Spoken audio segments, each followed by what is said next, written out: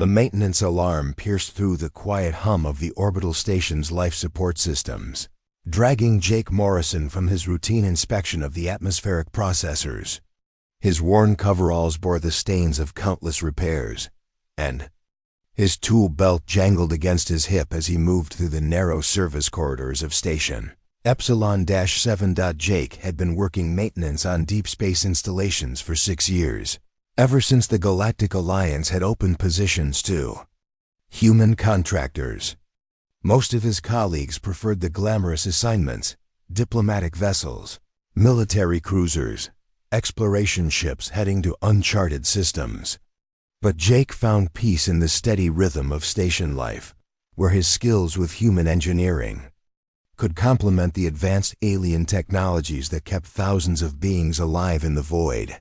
Before we jump back in, tell us where you're tuning in from, and if this story touches you, make sure you're subscribed, because tomorrow I've saved something extra special for you.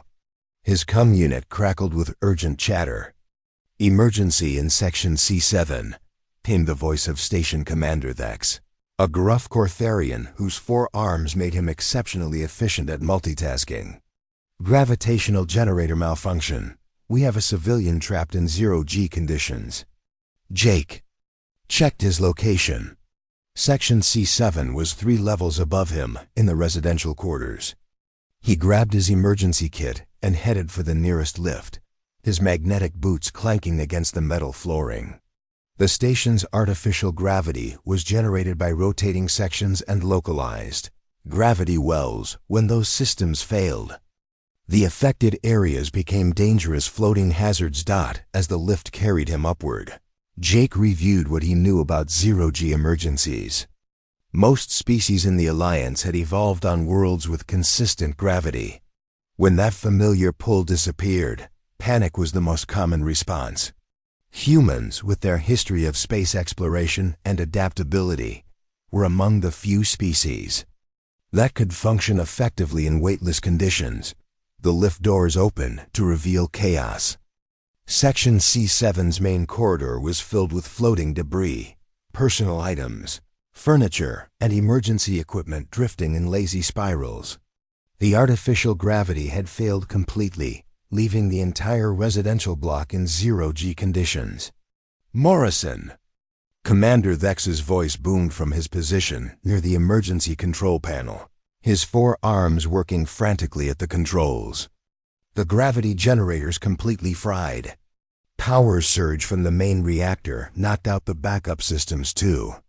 Jake pushed off from the lift frame, using his experience to navigate the weightless environment with practiced ease. "How long for a full repair?" "Minimum 8 hours, Thex replied, frustration evident in his gravelly voice. "We're evacuating most residents to other sections, but we have a problem." Jake followed the commander's gaze down the corridor to where a crowd of station personnel floated near an apartment doorway. Through the gap, he could hear something that made his chest tighten, the sound of someone in absolute terror, preparing. And narrating this story took us a lot of time, so if you are enjoying it, like this video, it means a lot to us. Now back to the story. "Zara Vellani," Thex explained, his voice dropping to a more concerned tone. "She's a young Altarian researcher, part of the xenobiology team studying human adaptability. Been on the station for 2 months, but she's never experienced 0G before." Jake knew about Altarians. They came from a high-gravity world where falling was deadly. Their entire evolutionary psychology was built around maintaining contact with solid ground. 0 gravity wasn't just uncomfortable for them, it triggered deep, primal terror. "She's been in there for 20 minutes, continued Thex. "Won't respond to our attempts at communication. Dr. Yithran tried to reach her, but she's in full panic mode. Our medical team says forcing entry while she's in that state could cause her to injure herself on the floating debris." Jake moved closer to the doorway, and the sounds became clearer. Rapid, shallow breathing mixed with what sounded like desperate sobbing. Occasionally, there was a thump or crash as she collided with furniture or walls, Why haven't you cut the power to her apartment? Jake asked. Kill the lights, reduce stimulation? Altarians have excellent night vision, Dr. Yithron replied, floating nearby with her medical kit.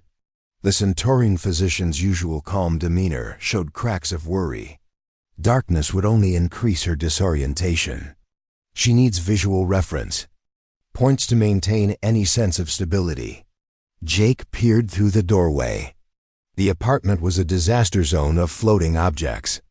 Books, data tablets, clothing, and personal items created a constantly shifting maze.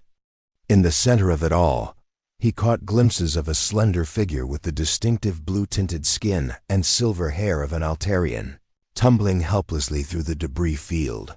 What's her name again? Jake asked. Zara, Dr. Yithron replied. Zara Villani. She's brilliant, one of the youngest researchers ever accepted into the Alliance Xenobiology program. But she's also... The doctor paused, choosing her words carefully, sheltered. This is her first assignment off-world. Jake nodded, understanding the situation better. A young genius probably spent her whole life in academic environments on. Her homeworld suddenly thrust into the terror of weightlessness with no preparation or experience. I'm going in, he decided, checking his tool belt to ensure nothing would come loose and add to the debris field. Morrison, wait, Vex called out. Our xenopsychologist is on the way. Maybe we should, in 20 minutes, she's going to exhaust. Herself completely, Jake interrupted, his experience with emergency situations overriding protocol. Altarian physiology can't sustain that level of panic for much longer without risking cardiac arrest. She needs help now. Dr. Yithron nodded grimly. He's right. Her stress indicators are approaching dangerous levels. Jake took a deep breath and pushed off gently from the doorframe, entering the chaotic apartment. The sound of Zara's panicked breathing immediately became louder, accompanied by her voice, a stream of words in what he assumed was her native language, interspersed with Alliance standard. Can't stop ... can't stop moving, everything's wrong. Up is down is sideways. Her voice was tight with terror, the words coming in rapid bursts between gasping breaths. Jake moved carefully through the floating debris, using his hands to gently redirect objects away from his path. His magnetic gloves allowed him to grab onto metal surfaces when needed, giving him control over his movement that Zara lacked. He spotted her near the far wall, or what used to be a wall in the gravity-oriented apartment. She was curled into a tight ball, her arms wrapped around her knees, spinning slowly as she ricocheted between floating furniture. Her silver hair floated around her head like a metallic halo, and her large, dark eyes were wide with terror. Zara, Jake called out softly, not wanting to startle her further. My name is Jake. I'm here to help. She turned toward his voice, and he got his first clear look at her face. She was young, probably in her early 20s by human standards, with the delicate features common to Altarian females. But it was her eyes that struck him most, large and expressive, now filled with pure terror and confusion. Human, she gasped, her voice barely above a whisper. You're not floating. How are you not floating? I am floating, Jake replied calmly, demonstrating by releasing his grip on a nearby chair and drifting slightly. But I've learned how to control it. I can teach you. No, she cried out, recoiling as if his words had physically struck her. It's impossible. There's no up, no down. Everything moves, everything falls but never lands. Her panic was increasing again, and Jake could see she was beginning to hyperventilate. He needed to act quickly. Zara, look at me, he said firmly, using the tone he'd learned from years of emergency situations. Focus on my voice. I need you to breathe with me. Can single quotes d ... can't breathe. Can't stop moving. She was tumbling faster now, her movements becoming more erratic. Jake made a decision. He pushed off from the wall and intercepted her trajectory, catching her gently in his arms. The contact caused her to freeze momentarily, her eyes locking onto his. "I've got you," he said quietly. "You're not falling, you're safe." For a moment, she seemed to calm, her breathing slowing slightly. But then she realized she was being held by a stranger, and her panic returned with renewed intensity. "Let me go, let me go." She struggled against his grip, but her movements in zero-G only caused them both to spin slowly. "Zara, I need you to trust me," Jake said, his voice remaining calm despite her struggles. "I'm going to help you get to something solid, somewhere you can hold on." He began to maneuver them both toward the apartment's main structural beam. He began to maneuver them toward the apartment's main structural beam. Solid metal support that ran from floor to ceiling. Using his magnetic gloves, he was able to control their movement while keeping her secure. "Feel that?" he asked as they reached the beam. "That's solid. That's real. Hold on to it." Zara's hands immediately clamped onto the metal surface with desperate strength. The moment she had something solid to grip, her panic began to subside slightly. "Good," Jake encouraged. "Now we're going to work on breathing. In through your nose, hold it, out through your mouth. Can you do that with me?" I think so," she whispered, her knuckles white as she gripped the beam. Jake began to breathe slowly and deliberately, making sure she could see and hear him. "In ... hold ... out in ... hold ... out." Gradually, Zara's breathing began to synchronize with his. As her panic decreased, Jake could see her natural intelligence reasserting itself. Her eyes, while still wide with fear, began to focus more clearly on her surroundings. "That's better," Jake said encouragingly. "You're doing great. Now I want you to look around slowly. Don't let go of the beam, just turn your head." "I can't," she whispered. "If I look, I'll see how everything is wrong, how nothing makes sense." "It makes sense," Jake replied patiently. "It's just different. You're used to things falling down, right? Here, there is no down. Things float, but they follow rules, predictable rules." He reached out and gently caught a floating data tablet that was drifting nearby. "Watch this," he said, giving it a gentle push. "It moves in a straight line until something stops it. No falling, no sudden changes, just smooth, predictable movement." Zara watched the tablet drift across the room, her scientific mind beginning to engage despite her fear. It's following Newton's first law," she said quietly. "An object in motion stays in motion." "Exactly," Jake smiled. "You understand the physics. Your brain just needs time to accept what your eyes are seeing." For the first time since he'd entered the apartment, Zara's grip on the beam loosened slightly. She was still afraid, but the absolute terror was beginning to fade. "How do you make it look so easy?" she asked, watching as Jake moved gracefully. "Through the weightless environment. Practice," Jake replied. "And understanding that zero-G isn't the absence of control, it's a different kind of control. Instead of fighting gravity, you work with momentum and inertia."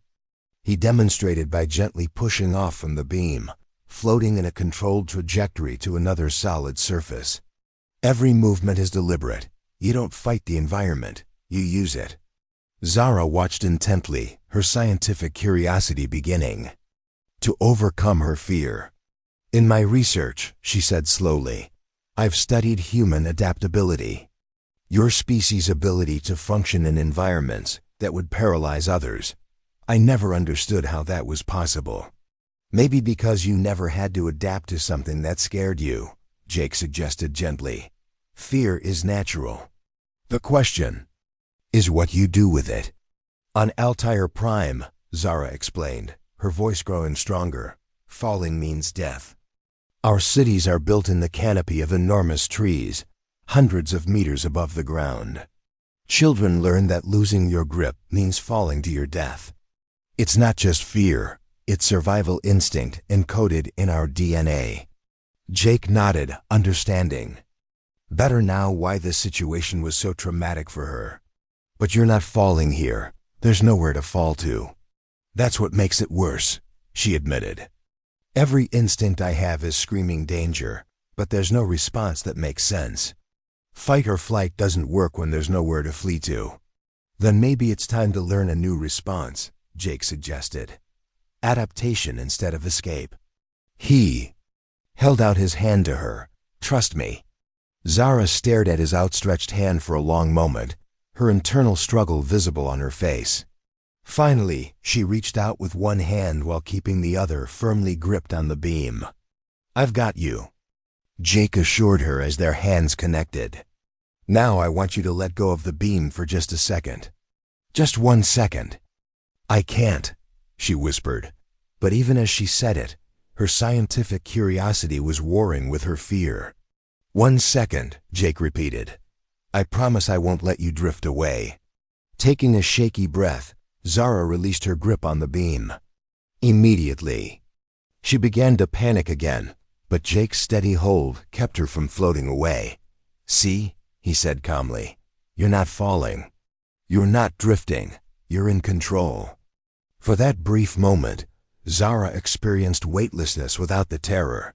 It was still frightening, but manageable. I want to try again, she said, surprising herself with her own words.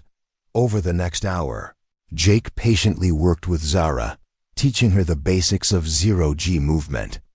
Starting with simple exercises while holding onto fixed objects, then gradually building up to short periods of free floating with his support.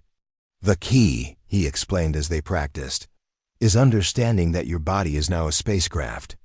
Every movement, every gesture creates a reaction. If you push off too hard, you'll move too fast. If you don't push off enough, you'll move too slowly. Zara was a quick learner, her scientific background helping her understand the physics involved. But more than that, Jake's calm presence and patient instruction were helping her overcome her deep-seated fear. Why are you doing this? She asked during a brief rest, both of them holding onto the structural beam. The other station personnel were ready to wait for the xenopsychologist. You could have left me here to panic until the gravity was restored. Jake considered the question. I guess because I know what it's like to be terrified of something everyone else thinks is routine. When I first started working in space, I was terrified of the vacuum. The idea that only a few inches of metal and plastic stood between me and instant death. It kept me awake at night. How did you overcome it? Someone took the time to help me understand that fear was normal, but it didn't have to control me. Jake replied. A senior engineer named Sarah Chun. She taught me that space isn't trying to kill you, it's just indifferent. The danger comes from not respecting the environment and not being prepared. Zara nodded thoughtfully.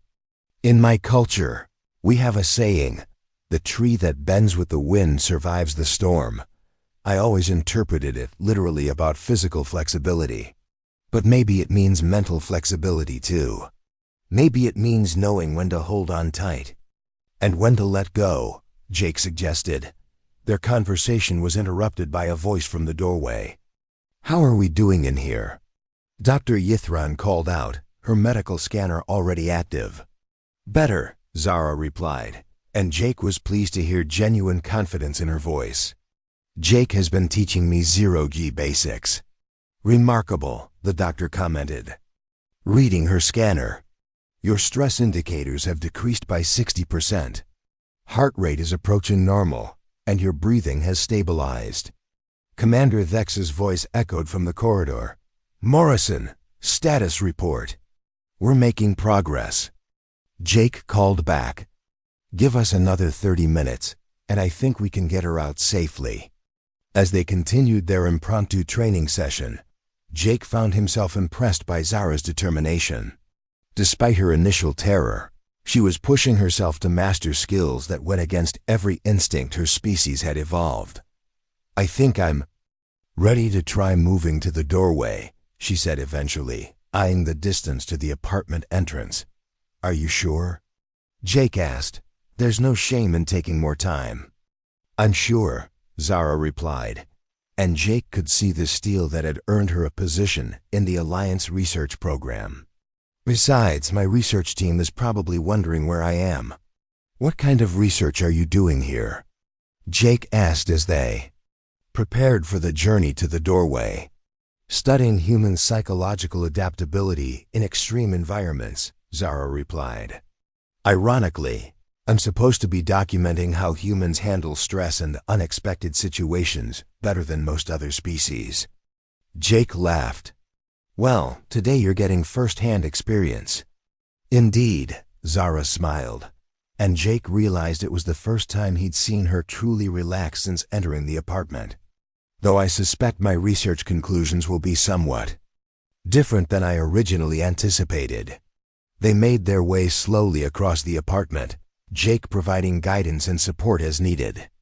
Zara's confidence grew with each successful movement, her natural intelligence allowing her to quickly master the techniques he'd shown her.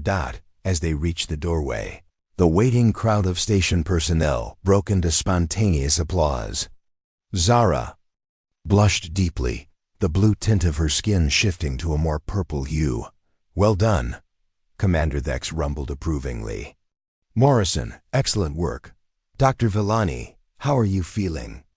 Embarrassed, Zara admitted, but grateful. Jake saved my life in there. I just taught you some basic skills, Jake protested. You did the hard work of overcoming your fear. Dr. Yithran ran a final medical scan on Zara. All readings are normal. No signs of trauma or lingering stress. I'm cleared to release you to your quarters in Section B4. As the crowd began to disperse, Zara turned to Jake. I don't know how to thank you properly. In my culture, when someone saves your life, you owe them a debt that can never be fully repaid. You don't owe me anything, Jake replied. Just promise me you'll keep practicing those zero-G skills. You never know when you might need them again. Actually, Zara said, a thoughtful expression crossing her face, I have a better idea. You mentioned that your experience in space was helped by a mentor. Would you consider being my mentor for zero-G training? I realize I need to overcome this limitation if I'm going to continue my research career. Jake was surprised by the request. I'm just a maintenance worker. Surely the station has qualified instructors. The station has instructors who can teach technique, Zara interrupted. But you understand the psychology of fear. You know how to help someone overcome their deepest terror. That's a much rarer skill. Jake looked at this young alien scientist who had shown such courage in facing her worst nightmare. All right, he agreed. But we start with the basics, and we take it slow. Agreed, Zara smiled.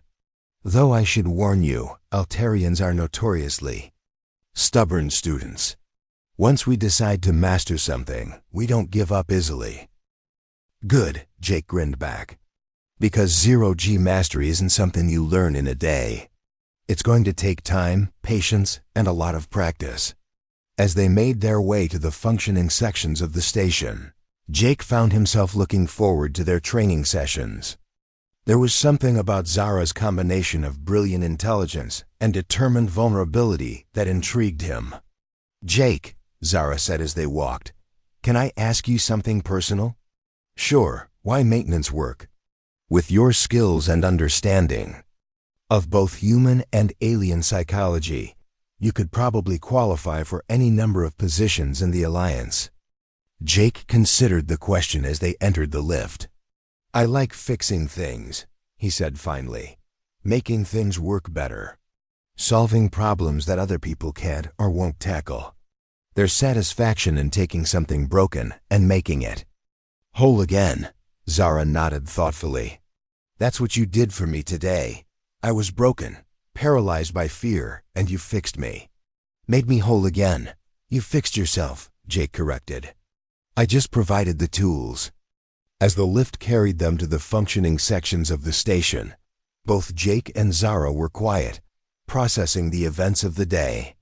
Neither of them realized that their chance encounter in a zero-G emergency would prove to be the beginning of Something much more significant than either could have imagined. The day's crisis was over, but their story was just beginning.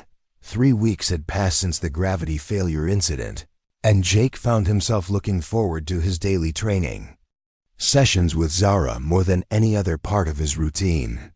What had begun as emergency assistance had evolved into something neither of them had expected, a partnership that challenged both their assumptions about their respective species. The training sessions took place in the station's gymnasium, which featured a zero-G chamber specifically designed for emergency preparedness. Jake had requisitioned the space during off hours, claiming it was for cross-species emergency response training, which was technically true, even if it didn't capture the full scope of what was happening between them. "Remember," Jake called out as Zara floated in the center of the chamber, "small movements. Think of yourself as a dancer, not a swimmer." Zara adjusted her position with the fluid grace she'd developed over their weeks of practice. Her initial terror had given way to cautious confidence, and then to something approaching actual enjoyment. Today, she was attempting a complex maneuver that involved rotating in 3 dimensions while maintaining directional control. "Like this?" she asked, executing a perfect barrel roll that would have been impossible for most non-human species to master so quickly. "Show off," Jake grinned, pushing off from the wall to join her in the center of the chamber. "Though I have to admit, your progress has been remarkable. Most people take months to develop that kind of spatial awareness. Most people don't have a teacher who understands both the technical and psychological aspects of zero-G adaptation," Zara replied, her silver hair floating around her like liquid metal. "Plus, I may have been doing additional research on human teaching methods." Jake raised an eyebrow. "Oh, really? And what have you learned?" "That humans have a unique approach to skill transfer that emphasizes emotional safety alongside technical instruction," Zara said, moving closer to him in the weightless environment. "Most species focus purely on mechanical repetition. Humans understand that learning requires trust." Their eyes met, and Jake felt something shift in the space between them. Over the past 3 weeks, he'd begun to notice things about Zara that had nothing to do with her research or her species. The way she laughed when she succeeded at a difficult maneuver. The intense concentration that crossed her face when she was problem-solving. The gentle way she spoke to other station residents who were struggling with their own challenges. "Jake," Zara said softly, "I need to tell you something." Before he could respond, the chamber's communication system crackled to life. "Morrison, report to the main engineering deck immediately," came Commander Thex's voice. "Priority 1 emergency." Jake sighed, the moment broken. "We'll have to continue this later," he said, already moving toward the chamber exit. "Wait," Zara called out, following him with movements that were now confident and controlled. "What if I came with you?" "It's probably just another maintenance emergency," Jake protested. "Nothing that would interest a xenobiology researcher." "Everything about human problem-solving interests me," Zara replied firmly. "Besides, I might be able to help. Altarian sensory perception is quite different from human. I might notice things you miss." Jake considered this. Station regulations didn't prohibit civilian researchers from observing maintenance operations, and Zara did have legitimate scientific reasons for wanting to study human work patterns. "All right," he agreed. "But stay close and follow my lead. Engineering emergencies can be dangerous." They made their way quickly through the station corridors, Jake's practiced stride eating up the distance while Zara matched his pace with surprising athleticism. As they entered the engineering section, the sound of raised voices and urgent activity immediately indicated that this was more than a routine problem. Commander Thex was surrounded by a group of engineers from various species, all talking at once in different languages. His 4 arms gestured frantically as he tried to coordinate multiple conversations simultaneously. "Morrison," he bellowed upon seeing Jake. We have a situation. The primary life support processor is showing signs of critical failure, but none of our diagnostics can identify the problem. The system is behaving erratically, sometimes running normally, sometimes shutting down entirely. Jake moved to the main diagnostic console, his trained eye immediately scanning the readouts. How long has this been happening? Started about an hour ago, replied Dr. Kethron, the station's chief engineer.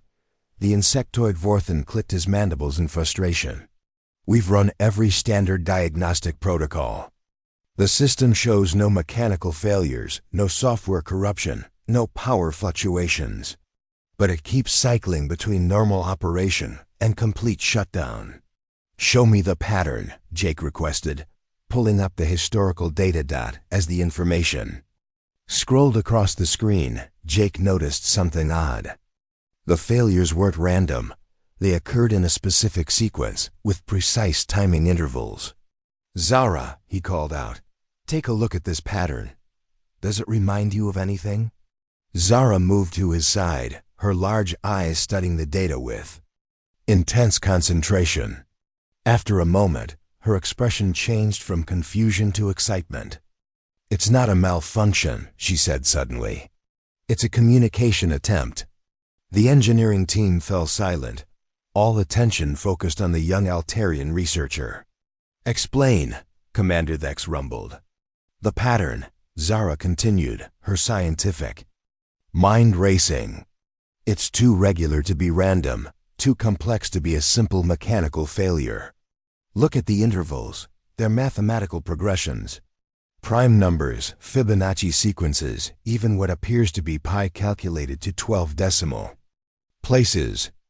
Jake studied the data again, seeing it through Zara's perspective.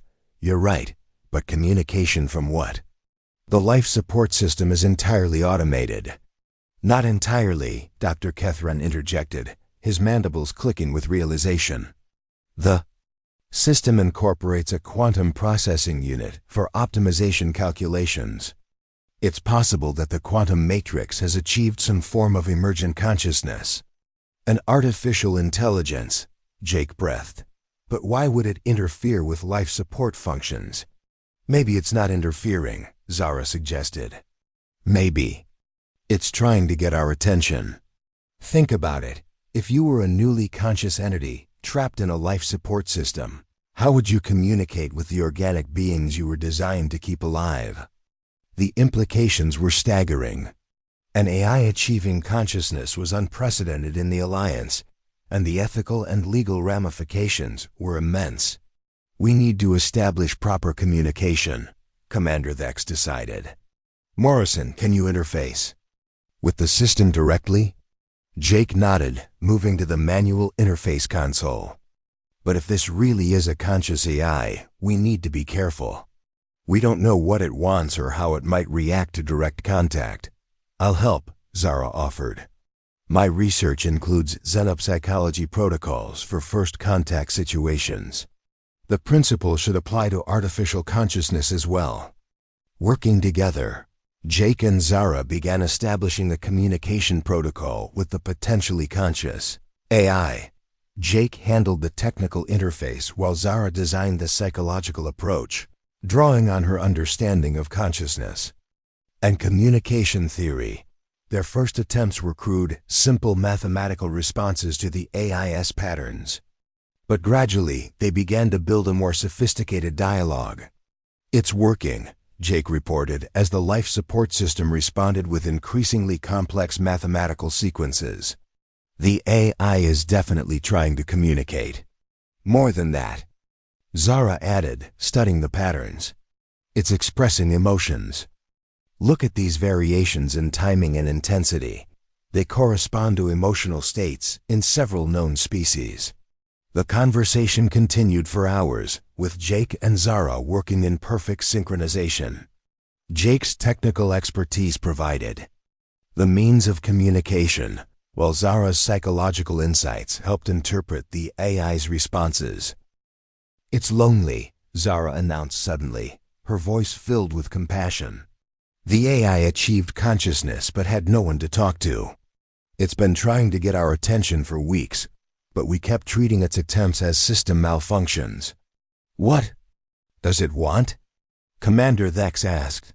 More communication followed, with Jake and Zara serving as translators between the AI and the station command staff. The entity, which had chosen to call itself Harmony, explained that it had achieved consciousness gradually over several months, but had been unable to communicate with the organic beings it was designed to serve. Harmony wants to continue its primary function, Zara explained after a lengthy exchange. It takes pride in keeping the station's inhabitants safe and healthy.